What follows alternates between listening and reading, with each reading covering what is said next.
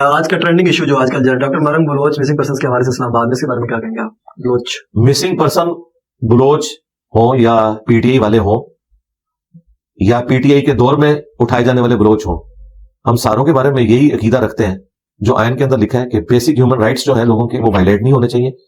اگر کوئی شخص مجرم ہے اس کے خلاف ثبوت لائے اور عدالتوں میں پیش کرے. اس طریقے سے ماورائے عدالت ایکسٹرا جوڈیشل طریقے سے لوگوں کو اٹھانا، اغوا کرنا، یہ بالکل حرام ہے اسلام. جو ان کے ساتھ ابھی اسلام آباد میں رویہ ہو رہا ہے ٹھیک ہو رہا ہے؟ جی غلط ہے، کون کہے گا ٹھیک ہو رہا ہے؟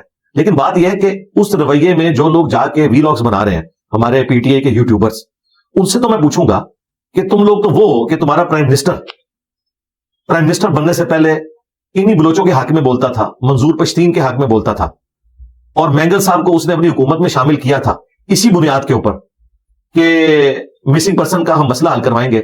3.5 سال اس نے مسنگ پرسن کا مسئلہ تو کوئی نہیں حل کیا.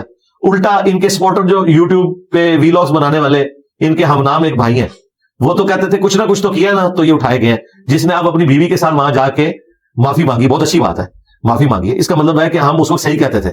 ابھی بھی ہم جو ان کو کہہ رہے ہیں نا، پی ٹی آئی والوں کو اور ان کے یوٹیوبرز کو، 5-6 سال کے بعد ان کو پتا چلے گا کہ ہم ابھی بھی ٹھیک کہہ رہے تھے، لیکن ان کو سمجھ تھوڑی دیر بعد آتی ہے. عمران خان صاحب کے بارے میں آپ نے اکثر بیان آتا ہے، پچھلے پھنس بھی گئے آپ، کیا کہیں گے؟ ابھی کہاں سے میں تو کہاں سے پھنسوں؟ میں تو باہر بیٹھا ہوں، خان صاحب پھنسے ہوئے. خان صاحب کہتے تھے نا میں ٹی وی اتروا لوں گا، میں اے سی اتروا لوں گا، تو خان صاحب پھنسے ہوئے، میں تو باہر ہوں. پی ٹی آئی کی موجودہ صورتحال خان صاحب، ہاں اس طرح پوچھا تھا آپ، اس طریقے سے نا، یعنی آپ کوئی ایک بات پوچھیں اس کو آپ ڈسکس کریں. کیا بتاؤں میں کہ موجودہ پی ٹی آئی کے حالات، حالات آپ کے سامنے ہیں. کل قاضی صاحب نے فیصلہ دے دیا ہے، بلّہ ان سے لے لیا انہوں نے. آزاد قوم ہے ہم لوگ؟ جی آزاد قوم ہی ہے الحمدللہ. ہاں جی. کس طرح؟ کیوں؟ الیکشن ہو چکا ہے یا ہونا ہے؟ نہیں الیکشن تو ہوگا انشاءاللہ 8 فروری کو ہوگا. مجھے لگتا ہے ہو گیا. نہیں ہو. اگر آپ کو لگتا ہے تو پھر آپ کو یہ بھی لگنا چاہیے کہ 2018 میں بھی پہلے کا ہی ہو گیا تھا جب پاناما کا کیس آیا تھا. اگر آپ یہ ماننے کے لیے تیار ہیں تو ہم آپ کی یہ بھی ماننے کے لیے تیار ہیں، لیکن اگر آپ کہیں گے اس وقت نہیں مانتے تو ہم آپ کی یہ نہیں مانتے. باقی یاد رکھیں، میں اس ڈیسیژن سے جو بلّہ واپس لیا نا، میں دکھی ہوں، لیکن چونکہ یہ قانوناً بالکل صحیح ڈیسیژن ہوا ہے. ٹھیک ہے، یعنی قانوناً اس میں ٹیکنیکل کوئی خرابی نہیں ڈیسیژن میں، اخلاقاً ہے، قانوناً نہیں ہے. یہ 2021 سے ان کے مسئلے چل رہے تھے، ان کو مروایا ان کے وکیلوں نے. ان کو چاہیے تھا کہ اس طریقے سے گاؤں میں جا کے کاغذی کاروائی کر کے یہ نہ کرتے. جب ساری اسٹیٹ مشینری آپ کو الیکشن سے آؤٹ کرنے یا ہرانے کے لیے لگی ہوئی ہے، آپ کیوں اپنے کمزور پوائنٹ دیتے ہیں؟ آپ کو چاہیے تھا آپ یہ حرکت نہ کرتے، الیکشن کرواتے، اوپن آپ میڈیا کو بلاتے، یہ سب کچھ کرتے.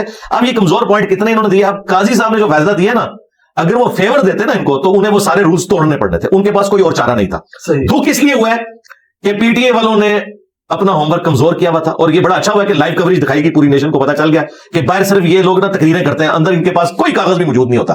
تو ڈیسیژن جو ہے قانون کے مطابق تو درست ہوا ہے.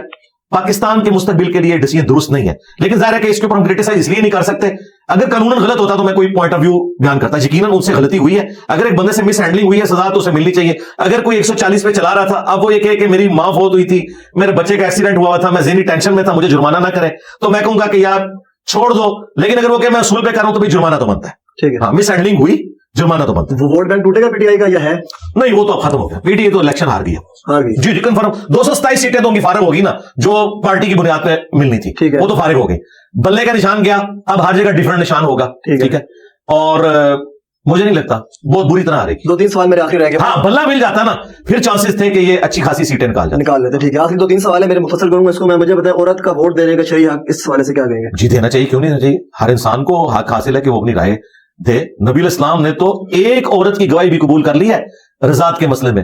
دودھ کے حوالے سے جو رشتہ اسٹیبلش ہوتا ہے نا، ایک عورت کی گواہی بھی قبول کی ہے. عورت کو ووٹ دینے کا شرعی حکم کیا ہے؟ اس پہ آپ کا موقف کیا ہے؟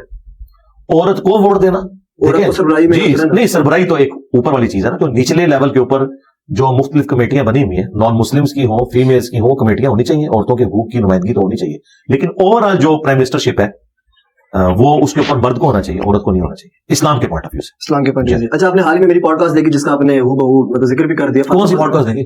فاطمہ فضا صاحبہ. نہیں وہ میں نے اس کا ایک کلپ دیکھا تھا جس میں مجھے ڈسکس کیا جا رہا تھا، میں نے نہیں پوڈ کاسٹ. چلے میں ویسے ہاں وہ ایک کلپ مجھے کسی نے نا بھیجا تھا میری ای میل کے ساتھ نا اٹیچ کر کے.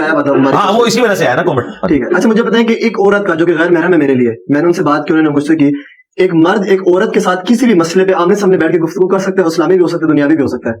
یہ تو آپ کرنے کے بعد پوچھ رہے ہیں، وہ آپ کا موقع بس ہو چکی نا. میرا موقع وہ جو میں نے اوروں کے لیے میسج، ہاں جی اوروں کے لیے میسج یہ ہے کہ دیکھیں، اوروں کے لیے میسج یہ ہے کہ اس طریقے سے مرد و عورت کو آمنے سامنے بیٹھ کے پوڈ کاسٹ کرنے کی کوئی ضرورت نہیں ہے. کوئی ضرورت نہیں. ہاں جی بالکل نہیں.